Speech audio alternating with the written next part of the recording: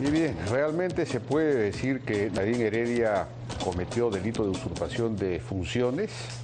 ¿Es esto algo que es fácil de probar? En fin, estamos con el doctor Carlos Caro, distinguido penalista, para conversar acerca de esto. Doctor Caro, ¿qué tal? ¿Cómo está? ¿Cómo le va? ¿Cómo está, Jaime? Buenas noches. Bueno, a su juicio, Nadine Heredia, bueno, conocemos los hechos, ¿no? En fin, se sabe, se dice que ella participaba en la designación de los ministros o daba su opinión, en fin, que además se reunía con ellos y con otros funcionarios para eventualmente, no sé, señalar políticas o lo que fuere. Eso es lo que de alguna manera se sabe. Pero ¿esto configura, a su juicio, delito de usurpación de funciones?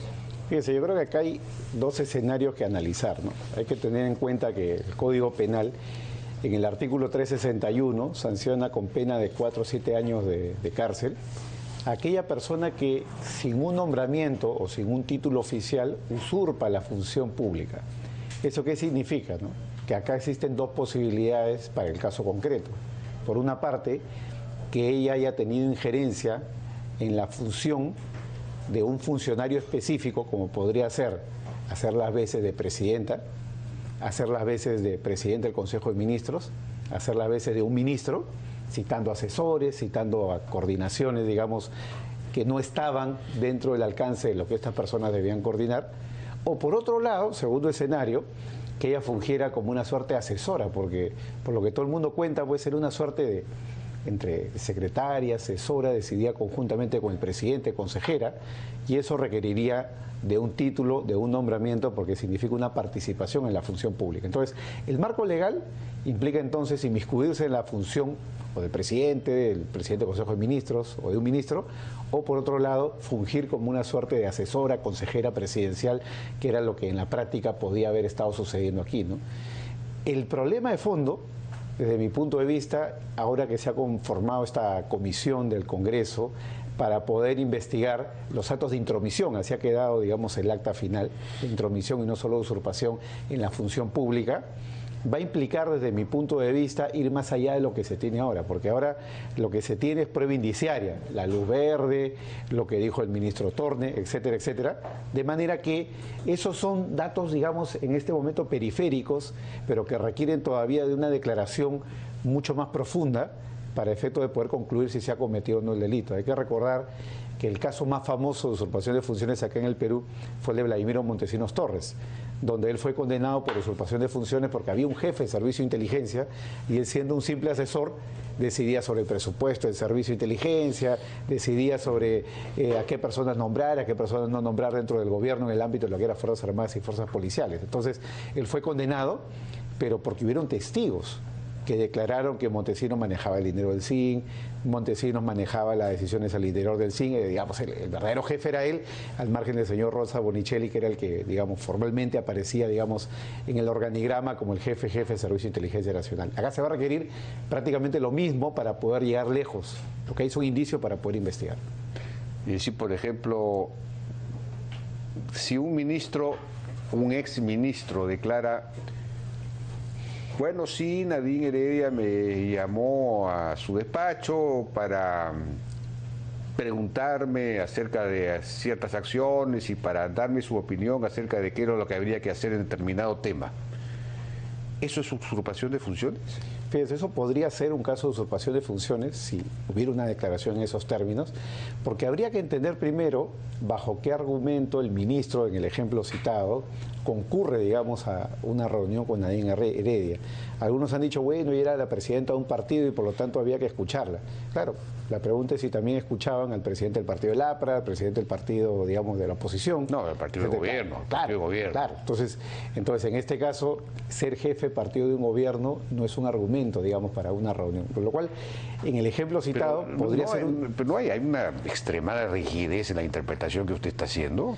Digamos, ella era efectivamente presidenta del Partido Nacionalista, que era el partido que estaba en el gobierno, por un lado, y actuaba por encargo probablemente de su marido, es decir, era una especie de alter ego de su esposo. Claro, es cierto, la gente no la eligió a ella, sino a él, pero él es ella también. Entonces, Claro, en esa medida, el supuesto que se daría ahí es el de una asesora o consejera presidencial. Eso, desde el punto de vista legal, desde el punto de vista formal, requiere de un nombramiento. Si yo, por ejemplo, como abogado, me reúno con la esposa de un juez, por ejemplo, que tiene que tomar una decisión, por más de que ella sea el alter ego, por más de que ella sea, por ejemplo, la consejera del juez, eso va a implicar un acto, digamos, no solo poco transparente, sino eventualmente incluso usurpación de funciones si es que voy a discutir cuestiones propias del tema judicial. La ley lamentablemente es rígida en ese punto porque lo que se quiere es que todo lo que sea decisiones o injerencias en el ámbito de la función pública giren alrededor de una persona que luego pueda responder, porque ojo, no solamente se trata de asesorar, no solo se trata de aconsejar, lo que puede ser incluso bienvenido, si se trata, digamos, de tener más opiniones sobre la mesa para un presidente que tiene que tomar grandes decisiones a nivel del gobierno, pero lo cierto es que esos consejeros, como lo fue en su momento el abogado Tito Roy, tienen que estar nombrados porque deben de dar un consejo transparente y deben de someterse, digamos, a la regla de la democracia, de manera que si dan un mal consejo, si dan una mala asesoría, o si en la práctica se ha producido un hecho oculto, como pasó con Almeida en el gobierno de Toledo, que era asesor, pero se reunió con un general para ofrecerle una salida judicial.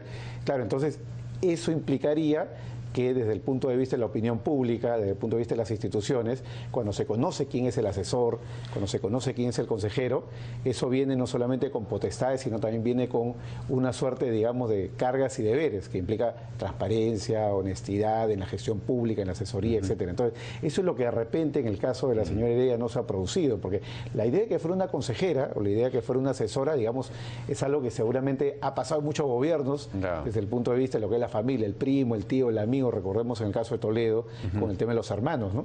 Que incluso la hermana estuvo presa por diferentes temas vinculados al gobierno. Eso puede suceder.